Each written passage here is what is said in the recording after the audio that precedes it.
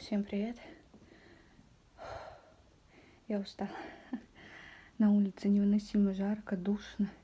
Я все потная, там, где даже не надо. В общем, сейчас в поликлинике пришла. Утром ходили к неврологу.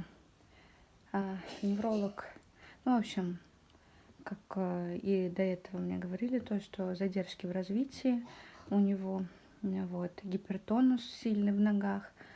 В интернете написано то, что при гипертонусе в ногах не рекомендовано в ходунки ребенка сажать. Ну, не знаю, ему нравится. Ну ладно, не будем сажать тогда в ходунки. Пусть он тогда ползает, может быть, так он перестанет по-пластунски ползать и наконец-то будет ползать на четвереньках. В общем, прописали дневной стационар, дали направление. Завтра я пойду записываться на дневной стационар. Вот. Перед этим надо еще печать на этом направлении у заведующей поставить. Когда нам назначат дату госпитализации на дневной стационар, мне надо будет справку об эпидокружении взять. И я спрашивала насчет бабку посева. Неврологи говорят то, что не надо, педиатр говорит то, что надо. В общем, узнаю, если надо, сдам. Тоже мне надо будет справку об эпидокружении взять. И если бак-посев нужен, то и мне надо тоже будет сдать. Потом, сейчас мы ходили к педиатру, так как нам 11 месяцев исполнилось, вес, рост, вот это вот все мы измерили. Голова у него 44, грудь, вот это вот объемы у него тоже 44, вес у нас 7700. Потом, что еще? Рост 73. В росте, так как он недоношенный, он должен быть 67,2. В росте он перерастает, а в весе он должен в 11 месяцев 9300 быть по недоношенному ребенку. Он весит 7700, естественно, мы не догоняем.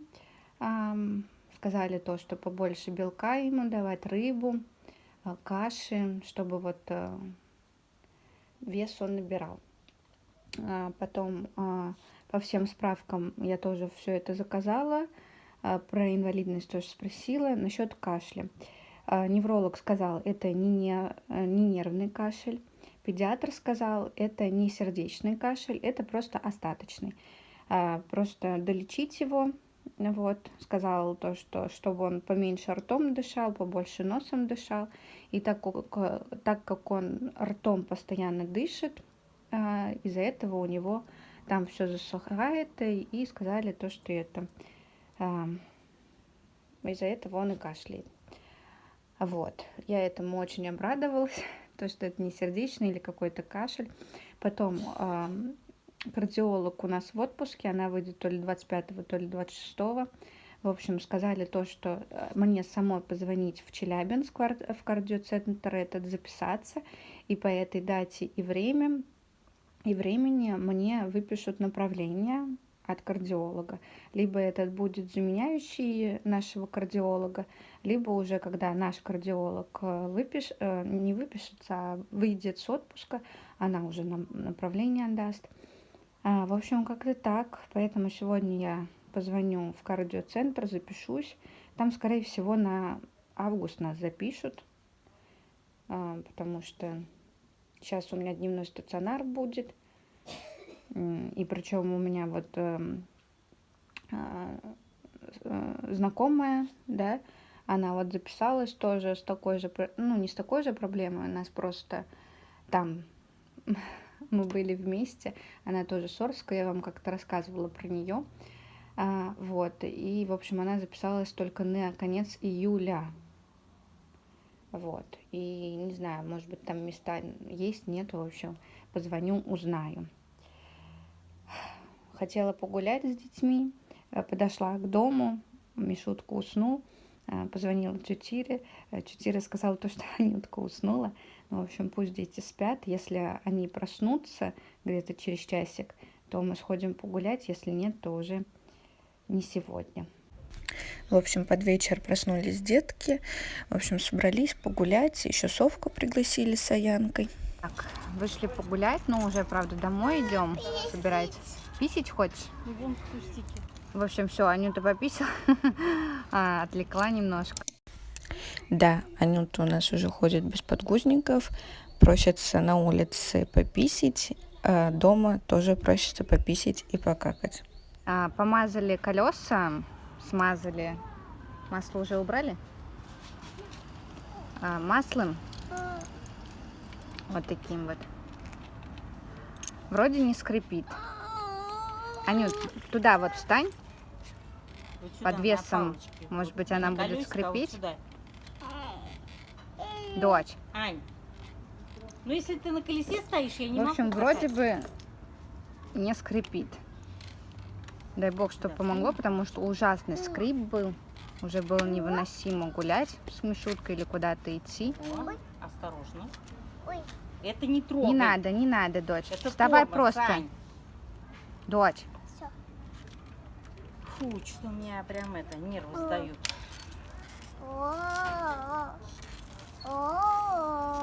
Вроде не скрипит, да? Немножко есть, но, наверное, это не только колеса. Еще сам механизм коляски.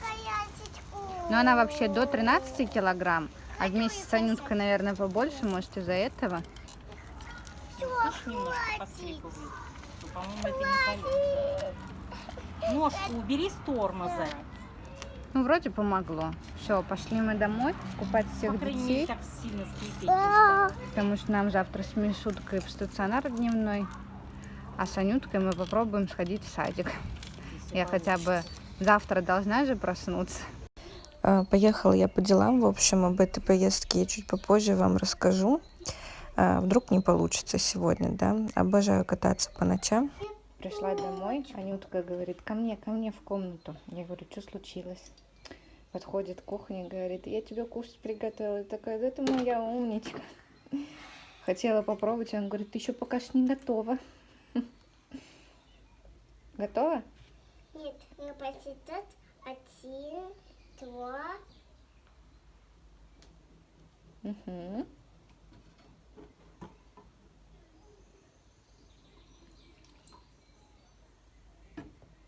Все? Нет. Давай я тогда переоденусь, потом подойду к тебе. Хорошо? Сейчас. Ладно, жду. Нужно поставить доски. 1, 2,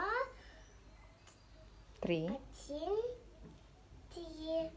4. Ну и воски показать. Угу. 2 восков. 2 ложки. И много восков. Много ложек. Все, готово? Сейчас мы посидят. Раз, 2, 4. 3. 3. 3. Угу. Молодец. Давай поцелуй.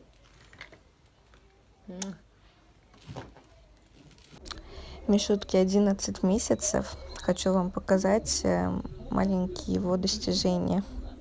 Хотя для меня они уже очень-очень большие. Смотрите, он начал уже передвигать ножками. И посмотрите, как это мило выглядит.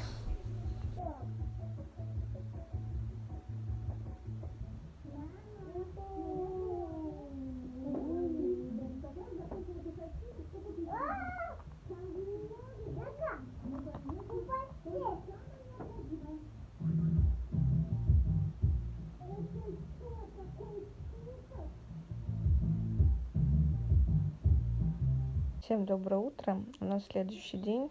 Как вы поняли, мы никуда не пошли. Я проспала. Пипец. Вот как так-то?